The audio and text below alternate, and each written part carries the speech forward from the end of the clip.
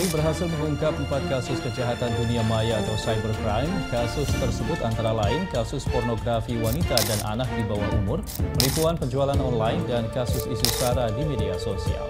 Yang mengandung unsur pornografi, jadi toples maupun seluruhnya tanpa busana, wanita dan anak-anak. Cybercrime adalah kegiatan kriminal yang menggunakan komputer, jaringan komputer, atau perangkat terhubung untuk mendapatkan uang. Namun, kadang-kadang cybercrime bertujuan untuk merusak komputer atau jaringan karena alasan selain uang. Ini bisa berupa politik ataupun pribadi.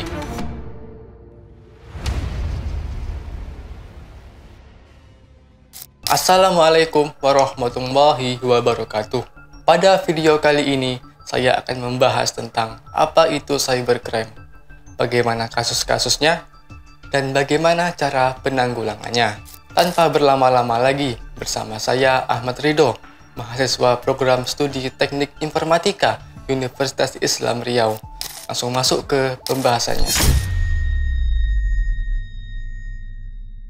Cybercrime merupakan kegiatan kriminal yang menggunakan komputer sebagai alat untuk mencapai tujuan ilegal, seperti melakukan penipuan, perdagangan pornografi anak dan hak cipta intelektual, mencuri identitas, atau melanggar privasi. Cybercrime sangat penting untuk diketahui karena semakin banyaknya pengguna komputer dan internet di dunia ini.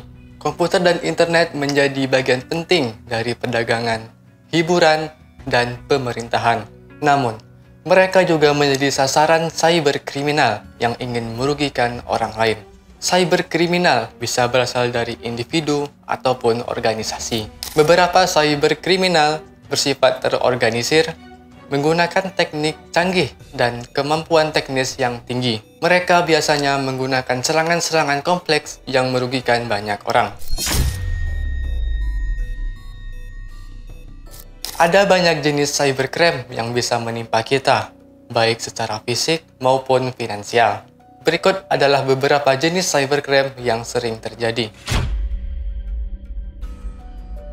Yang pertama ada malware attack.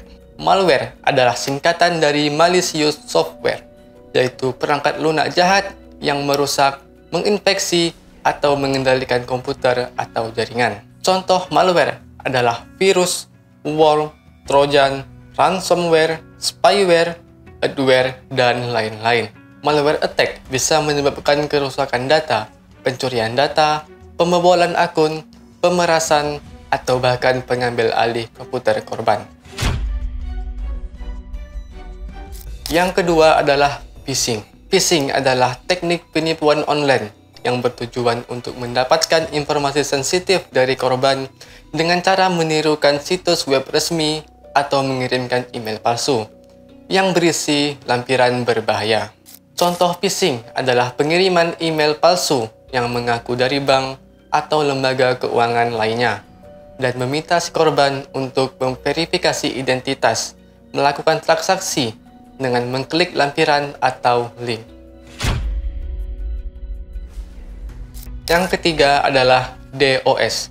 DOS adalah singkatan dari Denial of Service, yaitu serangan yang membuat situs web atau layanan online tidak dapat diakses oleh pengguna lain dengan cara mengirimkan banyak permintaan palsu dari berbagai sumber. Contoh serangan DOS adalah DDoS atau Distributed Denial of Service, yaitu serangan yang menggunakan banyak komputer untuk menyerang target.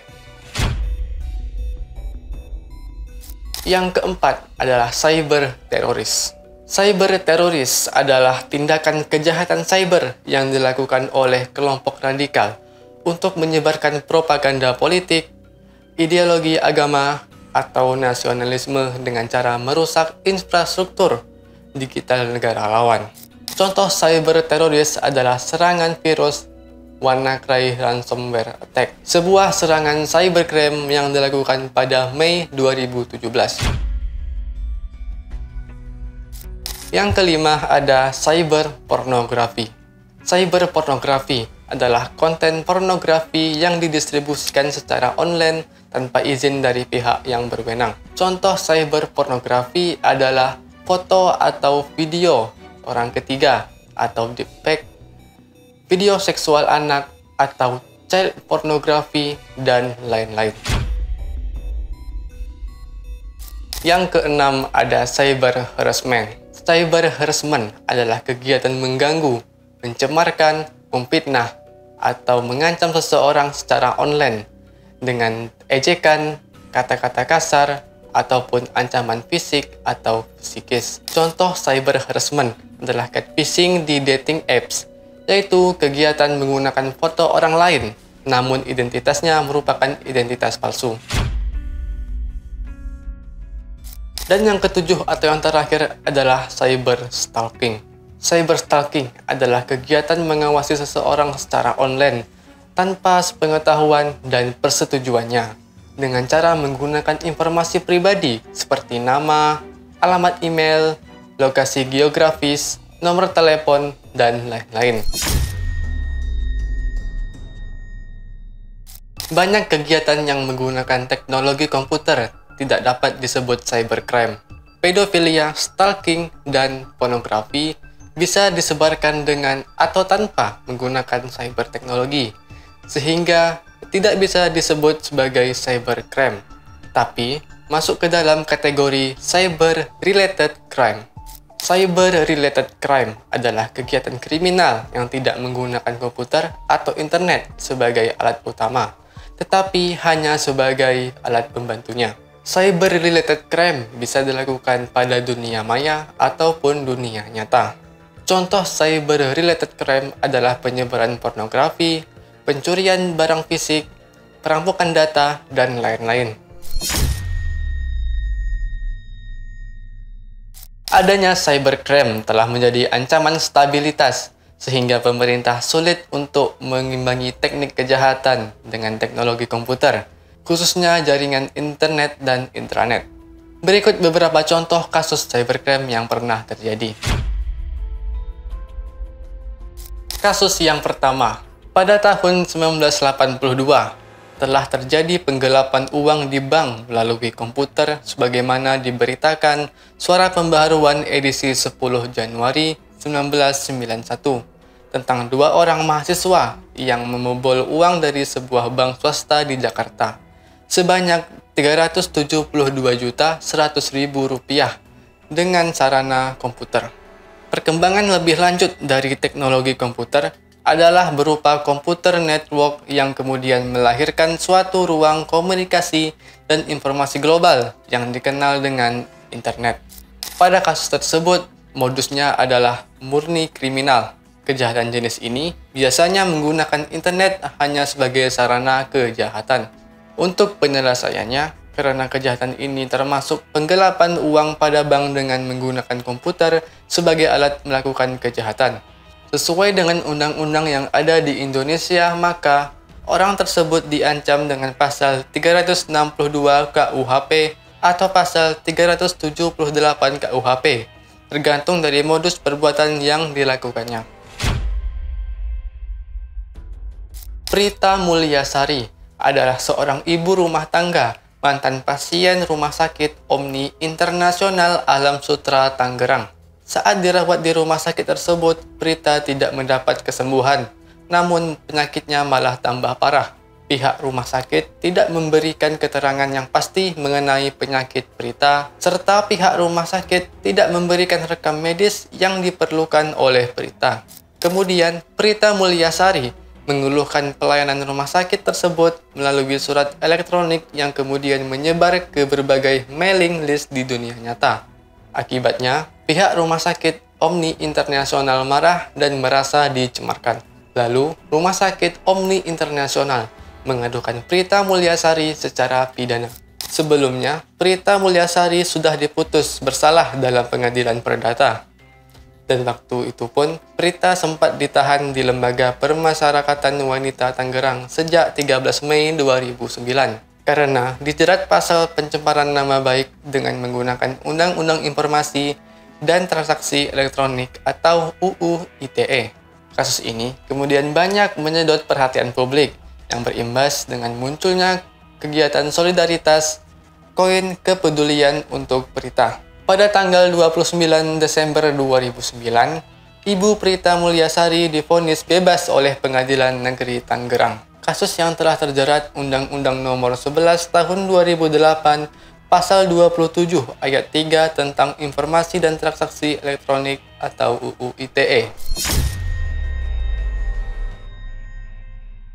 Berikut adalah langkah-langkah yang bisa kita lakukan untuk menangani cybercrime. Yang pertama adalah menyempurnakan undang-undang tentang cybercrime.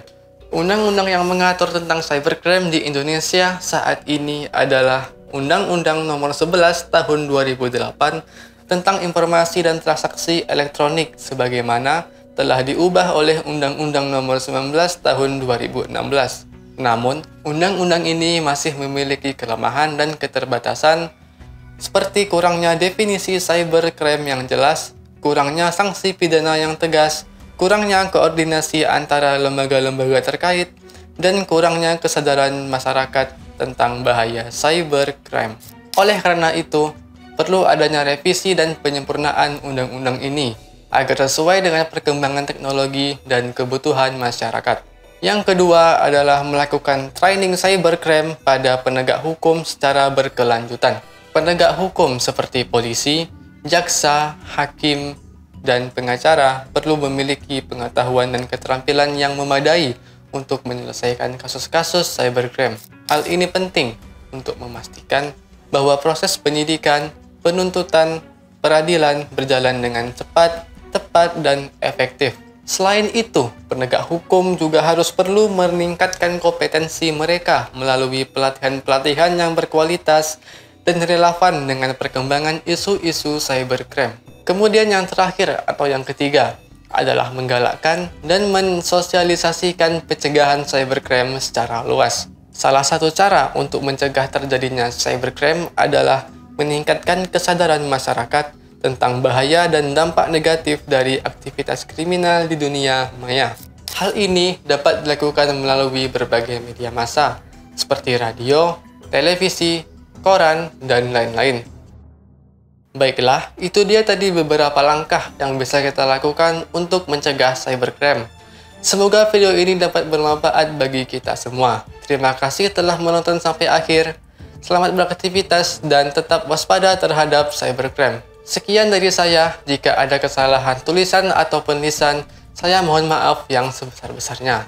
Wabillahi taufik wal hidayah. Wassalamualaikum warahmatullahi wabarakatuh.